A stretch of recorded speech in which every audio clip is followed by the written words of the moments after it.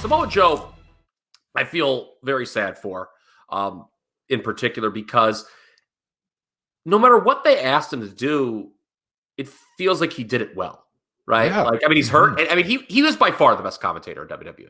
He's the only one who, added a little color to it. I mean, the play-by-play guys are all so robotic. So, yeah, I loved Joe as a commentator. And remember when they had him do that feud with Lesnar a couple years ago? And he cut that incredible promo when he just grabbed Paul Heyman. And, oh, my God, was that so good. Yeah. And but it's not just that Joe, everything he did was good for what they called upon. It was, I look back at Samoa Joe's career, and this was a guy who was probably my favorite wrestler in like 2003 to 2006-ish.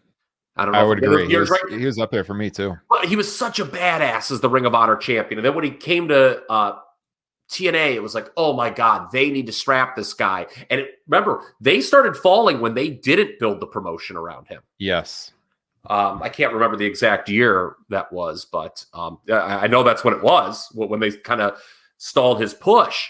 And you look back at just what a badass he was back then. And kind of, now his physical shape, it's just too bad he never got to be that Samoa Joe on, I mean, I know Impact was a national promotion, but in WWE.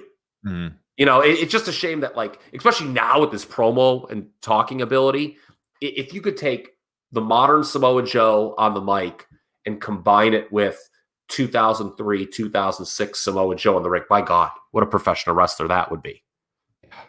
But, he's a guy that I would want to see to go to AEW because they know how to use talkers. Even if he can't go. I mean, we don't know his medical status if he can't go, but we've seen with, guys who just can talk, there's a place for you in that promotion. Just as a mentor in the locker room, right? Like I would think this is why WWE would want to keep the guy around. He's a guy who's been at such a high level, as you mentioned. He could do it all. He could work. He could talk. He can talk as an announcer. He can talk as a wrestler. Like the IQ that this guy has for the wrestling business, I would think that would be a massive advantage for your company. That's why seeing him released was one of the most surprising things. Well, definitely the most surprising.